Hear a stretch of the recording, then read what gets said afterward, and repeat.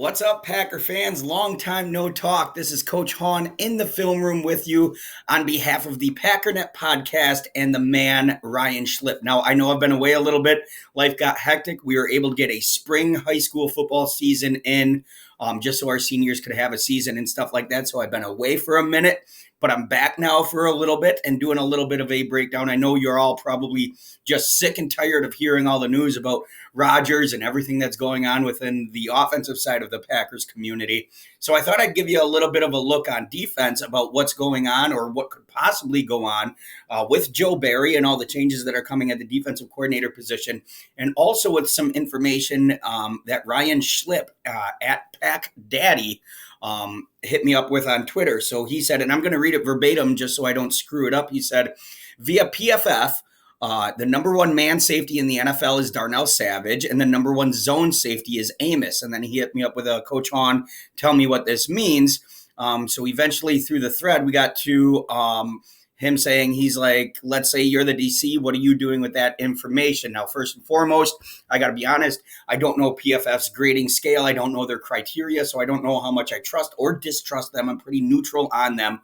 But I don't know how players are graded, so I don't know how much stock I put into those grades. But let's just say, for debate's sake, let's just say that, yeah, you have the best zone cover safety in the NFL, and you have the best man match safety in the NFL. What are some things you can do? Knowing who you have at cornerback and all that other stuff as well with Jaire, there's a lot of cool things you can do.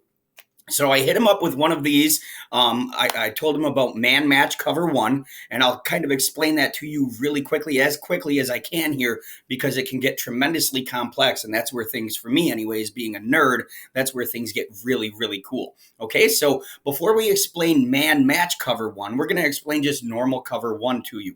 What cover one is man coverage across the board on every eligible receiver.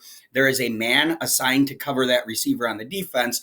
And then there's an extra man back here. We call him the high hole player or the cover one safety. So pre-snap, as you can see here, it could very easily look like your standard base defense with the will linebacker or that outside backer coming off of the edge. The strong safety spinning down to wherever you set the strength.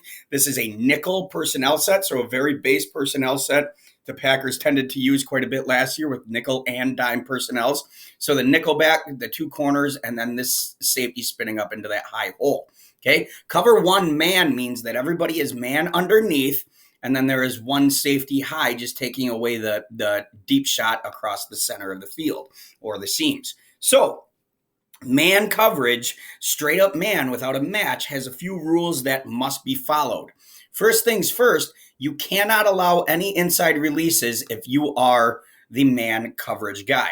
What that means is, say you're the nickel out here, and this M receiver takes a little slip slant inside. Well, because of what you're likely doing with these linebackers, because you're playing man coverage, if he catches that ball and gets an inside release on you, it's a foot race, and he could very easily be gone. The whole premise of man coverage is you're probably bringing some pressure behind it. You're probably trying to blitz and get that ball out of the quarterback's hands quickly, and you're also trying to force him or bait him into throwing the difficult throw. In this case, it would be this. It would be a fade route, where this corner can attach to the near hip of the receiver and run him out and just make a perfect throw, beat you away from the middle of the field. That's going to take a little time to develop. It's also going to have to be a perfectly placed ball for it to beat you. So you tend to see, if you've got the dudes for it, you tend to see a lot of teams play some man defense, and it makes sense, right? So that's just straight up man. One of the problems with straight up man defense is a speed out will beat you every time.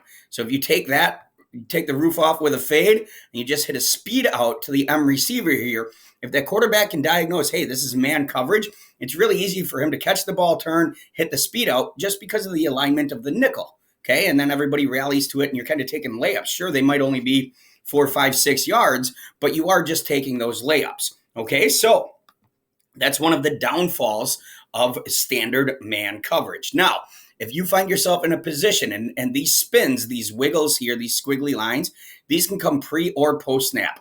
Most teams like to do it just a little bit before the snap. So they can still kind of disguise their coverage a little bit, but then still get this safety down into a position where he can play some good man coverage on that slot receiver. Okay, so if you are able to play some man match stuff, if you have the luxury of having an incredible zone over the top safety that can cover ground, read and diagnose plays, get his hips around it and snap to the number 2 receiver here, watching him, and also pan his head back around here and being agile enough to cover all that ground and make plays, and you have an excellent man safety that can spin down into the box, that can wall off receivers, that can make his reads that way, you might be in a pretty good position to play some of this, what's called man match. What man match does is puts you in a pretty decent position. Teams run their alignments a little bit differently on this, but essentially these 2 dudes, the corner and the nickel, are responsible for these 2 dudes. Okay, and they have a pretty specific set of rules as to how they do it. So one of the ways they take the speed out away is if within 3 yards or so, whatever that hard deck is, if the number 2 receiver goes out, the corner's got a man, and then the nickel attaches to the X. Okay, so it would look something like this. That way you can take that speed out away, still force the deep throw, all that sort of stuff.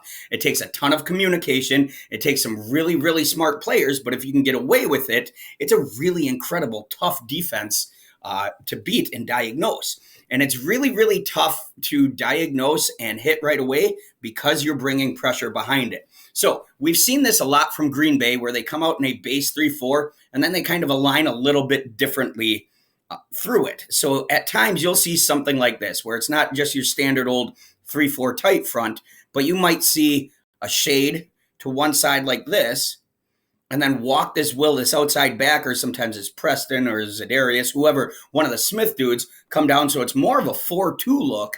And then these 2 inside linebackers here and here play what is called banjo coverage, or they can just banjo the running back. That means that this Sam backer here and this Mike backer here, they both have their eyes on the running back, and they're able to do what's called blitz peel protection, meaning if this running back stays in to block and you get full 6-man protection up here with the offensive line and this tailback, both these dudes are blitzing.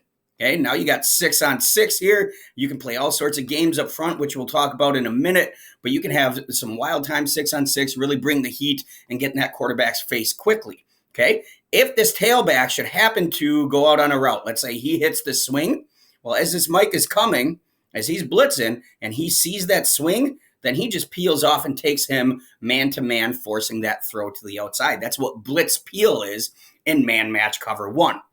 So there are answers to whatever the offense is trying to do in some of this stuff. Okay, this is where it gets really interesting. This is where guys like me just geek out.